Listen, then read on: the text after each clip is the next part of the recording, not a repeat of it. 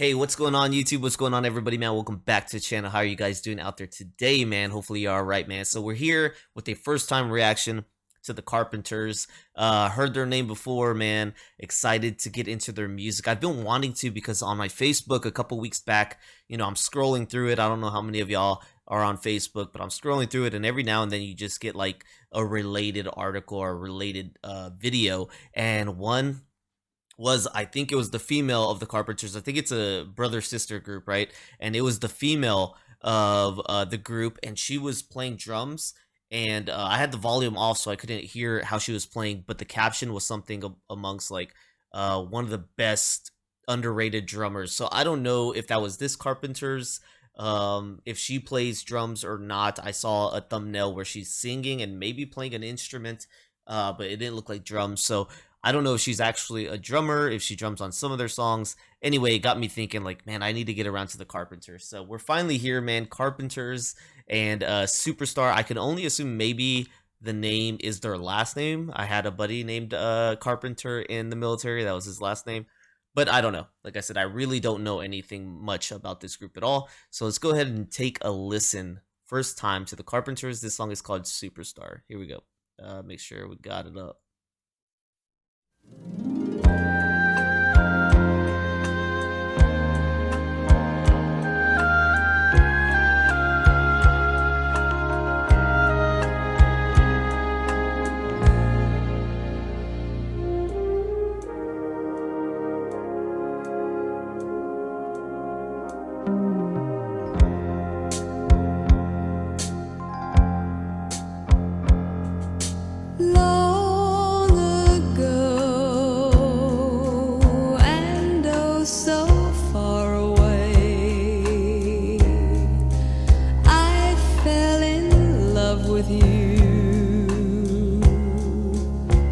Before the second show, man.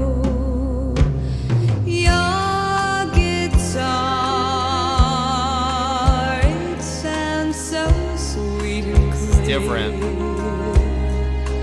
but you're not really here. That is it's deep. just the radio.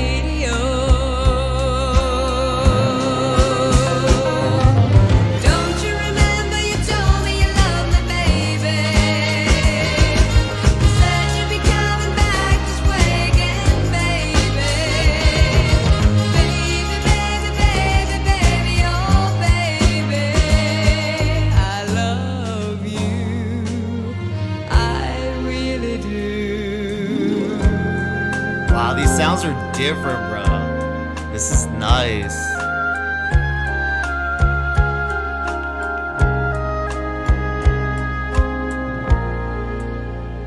I don't know. It's different.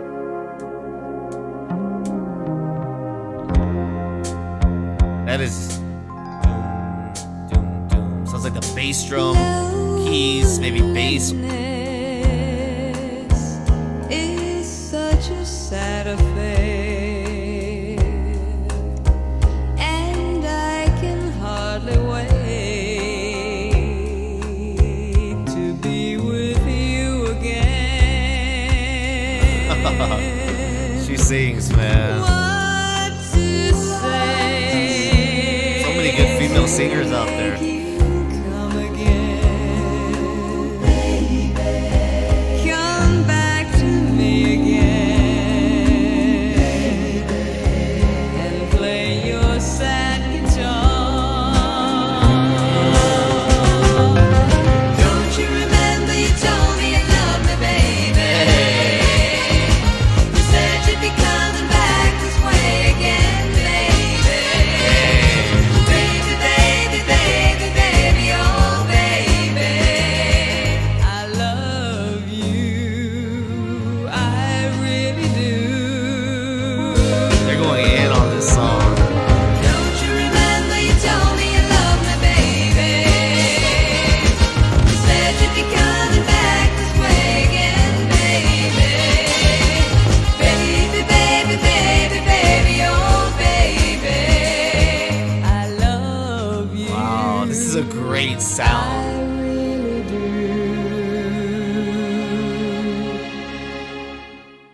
Wow. Carpenters, man. Let's go. Hey, really good first stop. I gotta say, really good first stop here. That Come sound on, is I'll different, have a look at you. Where's that? and it's got me thinking, like, is that Carpenters? I want to say they're probably from the 60s, but they could be 70s also. This sound it sounds better than the 60s as far as the recording quality. So I don't know if this was a remaster, but the quality sounds really good. So if it's from the 60s, this is definitely one of the better audio recordings from the 60s. So that almost makes me want to push it to saying, hey, this might have been done in the 70s, because I've heard recording qualities definitely this crisp. That was crisp. I don't even know what to classify this type of music as, but that was good, man. That was good. It gave me almost like, as far as the vibes the music gives me, it almost gave me like in the 50s, right? When they had those soft, sweet love songs. That's almost the vibe I got from this one. Really good song, though. Really good song. So it sounds like she is speaking of somebody who is off on travels, man. They're off traveling. She mentioned the music we playing on the radio, play me your guitar. So maybe she's in a relationship with somebody who's constantly out touring or is gone, or maybe that's a metaphor. Maybe she's just with somebody who is out, maybe like a military member or something. But they have this distancing, and she wants them back together. She's remembering that at least when they were together, this person would say, "I love you," and I don't know. Either she's just longing for him, or this person has left her in the dust and she's still hooked on him, and is like, "Don't you remember what you said to me? Don't you remember you said you loved me?" So yeah, she is hurting and she wants this love back for sure. Okay, so this song that I just heard here is actually a cover, man. It's actually a cover. It says "Superstar" is a 1969 song written by Bonnie Bramlett and Leon Russell. Once again, Leon Russell, man, with a songwriting credit also given to Delaney Bramlett. It says that has been a hit for many artists in different generation or different genres in the years since. The best known versions are by the Carpenters in 1971. So this is 1971. Really great sound with this one. Like I said, it just sounded complete. And by Luther Vandross. Oh man, I've heard, that's another name I've heard I should take a listen to. So Rita Coolidge came up with the song idea based on observing the relationships of female groupies with rock stars in the late 1960s. Okay, so we got a groupie perspective maybe here on this one, and that makes sense, I guess. That makes sense. Like, you got to think if somebody's touring, man, and they have a little bit of fun with the fan, maybe they are saying sweet things in the moment, just in the moment of that lust and heat and stuff, and you're saying things like, "Hey, I love you, baby. Oh my god, this is amazing." And then you're off, right? Because hey, the music, it's all about the music. You're off, but you made such an impact on that person's life because they're clearly a fan of you. They love what you're doing up there. But for you, it was just kind of a one night thing, and you're off. And for them, they definitely are gonna have emotions and feelings. And this poor person is like, "Don't you remember you told me you love me?" He's like, "Baby, I'm for the streets, baby. I'm for the road. Sorry, I can't stick around with you." So in its first recorded incarnation, the song was "Groupie Superstar" and was released in December 1969 as a B-side on the Delaney and Bonnie single. So this is pretty cool right here. It says in the full credit on the single was Delaney and Bonnie and Friends featuring Eric Clapton. So on the original one, man, you had Eric Clapton on there. Hey, man, that's pretty cool. I've done some Eric on this channel. It says Karen Carpenter's vocal was praised for its intensity and emotional nature, man. David Hepworth commented, "Even with only half her mind on the job, she delivered a perfect performance. The guide vocal never needed to be replaced." Yeah, she was great, dude. This song just, I can see why there's is so prominent, like why it's probably the best version as it's set up there for this song, man. That everything about it, though, it wasn't just her voice. Her voice is magnetic and it's so freaking good. And I'm just realizing how many wonderful female artists we have out there singing, man. I've done so many on this channel, and it's just like it's a treat every time, every single time. But right here, you got Karen Carpenter on lead and backing vocals, Richard Carpenter on backing vocals, piano, electric piano, two types of electric pianos, and orchestration.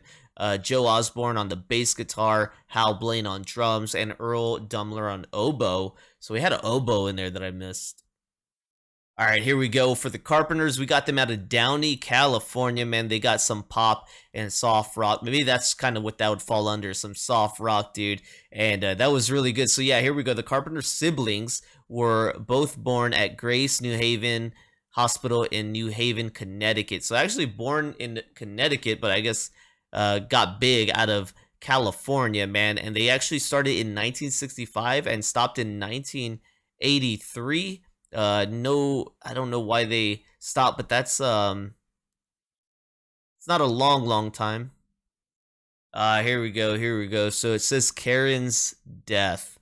On February 1st, 1983, Karen and Richard met for dinner and discussed future plans for the Carpenters, including a return to touring. On February 3rd, Karen visited her parents and discussed finalizing her divorce from Burris. The following morning, her mother found her lying unresponsive on the floor on a walk-in closet, and she was rushed to the hospital. After Richard and his parents spent 20 minutes in a waiting room, a doctor entered and told them Karen had died. The autopsy stated that her death was caused by hematine cardiotoxicity due to or as a consequence of anorexia nervosa. Oh man, under the anatomical summary, the first items was heart failure followed by anorexia. The third finding was cachexia, which is extremely low weight and weakness and general body decline associated with chronic disease. Hematine cardiotoxicity implied that Karen abused ipecac syrup, although there was no other evidence to suggest that she did, as her brother and family never found that in her apartment even after her death. Karen's funeral was at the Downey United Methodist Church on February 1983. More than 1,000 mourners attended. Amongst them were her friends Dorothy, Olivia Newton-John, Petula Clark, maybe that's Dionne Warwick, and her Herb Alpert.